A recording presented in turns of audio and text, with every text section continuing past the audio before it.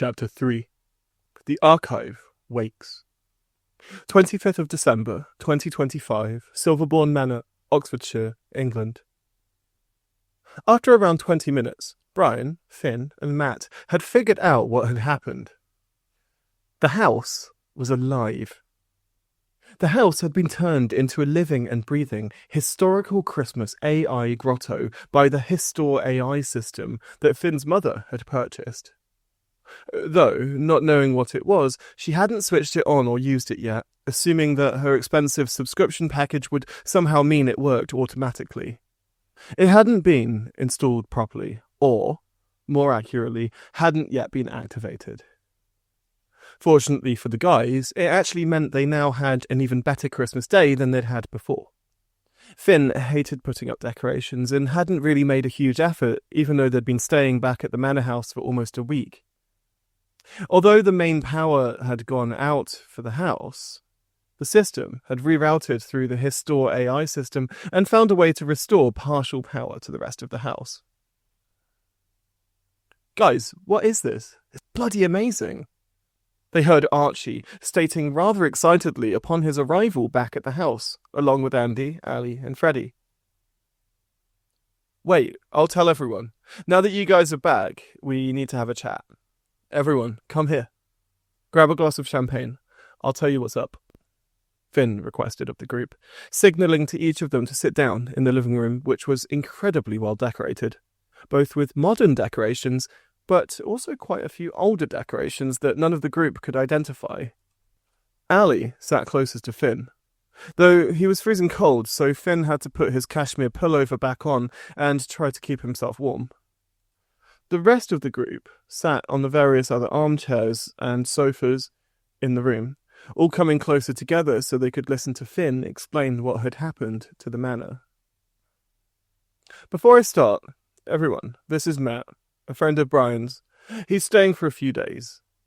He announced this to the group. Freddy leaned over, seemingly very enthusiastic at the sight of seeing a young blonde twink. Nice to meet you, mate. Hope you're enjoying yourself so far, he said, kindly and somewhat domineering in a pleasant way.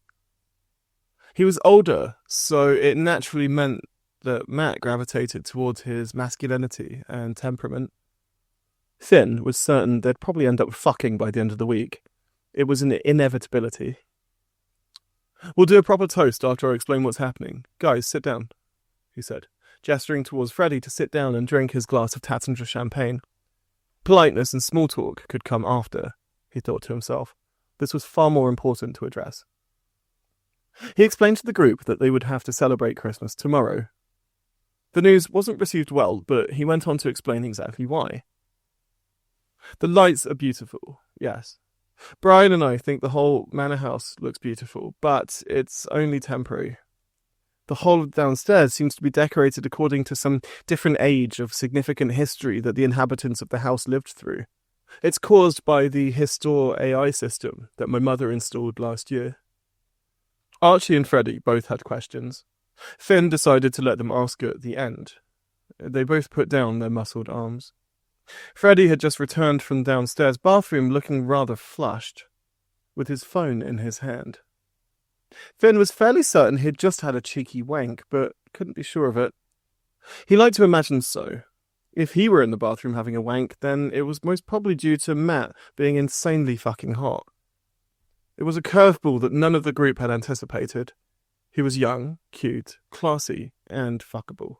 All very good things. However, in the current circumstance, it meant the stakes were higher, as the three couples appeared to be in a state of silent competition trying to figure out whom Matt would sleep with first. If they had any semblance of how willing and eager Matt was, then they could have just stuck to game theory and taken him on each of the nights, sharing him between the group. It would make far more sense than trying to compete. After all, they'd all get a taste eventually. Regardless, he went on. So this room is Victorian, or maybe Georgian by theme. The system imparts a holographic projection onto the room so as to articulate customs, Christmas traditions, and memories from previous years. In this case, the Victorian times. The other rooms are different, as you probably noticed. Archie asked his first question.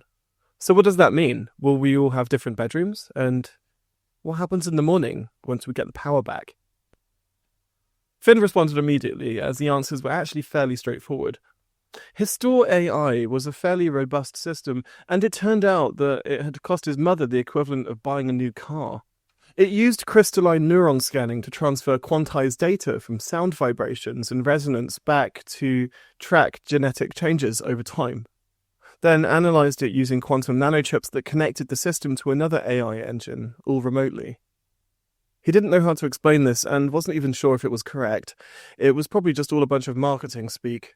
Hollow, vapid, and entirely implausible. The bedrooms are by age, too. So there are Roman beds, Victorian, Regency, all sorts. Just pick which one you guys want. Tomorrow, everything should be restored. It does mean you also have to dress in period clothing to match the vibe. Freddy chipped in. I have to dress as a bloody emperor. No bloody way. That's awesome. Or a gladiator, looking at how much your muscles have grown, babe. You're a machine. Andy chimed in. Since they'd met a year or so ago, he had been proving to Andy that he was a superior rower and had also found an outlet for all his energy after his hours got reduced to part-time at the architecture firm. I could tie you up if you want. Others here are welcome to spectate. He winked. Finn liked this flirting and hoped they'd continue, though not to the point of having a 7-person orgy. Perhaps that could wait till the end of the week, if they still had any champagne left by that point. Finn finished explaining to the group about heading to bed early, too, as the power wouldn't come back on. This meant most of the boys ended up simply heading upstairs to find a suitable bedroom. Each of the 3 couples picked their bedrooms, and Matt had the choice of 1 or 2, or the ability to switch to a new bedroom if he wanted. Finn was very aware that this was the most bizarre situation he'd ever encountered, but there was nothing he could do until he could restore the power properly, and then totally disable the HistorAI system, which was causing all the holographic shapes and sights to appear. The only good thing was everyone was rather cheery and seemed to enjoy the decorations. However, the kitchen had changed to a Roman kitchen, which meant they had a bizarre meal consisting of some kind of lamb and barley pottage, some honey cakes, and some prune-based dish. There were some honey-roasted walnuts too. It was a bizarre selection. But there was some wine called Gaulish Red, which sounded bloody fantastic. Freddy had found some caskets of honey mead, which was probably around 60% proof. They all made merry in the kitchen with the Gaulish Red, honey mead, and even took turns daring each other to try garum, the ancient Roman fish sauce. No one liked it. Finn was happy to see everyone in such good spirits and headed to bed. He figured they'd all get tired soon, as it was around 10 p.m. or so by now, and they'd gone for a 2-hour hike earlier that day. So far, Finn had bloody enjoyed Christmas, even if the HistorAI had accidentally transported them all to some kind of alternate history hologram sequence within the house.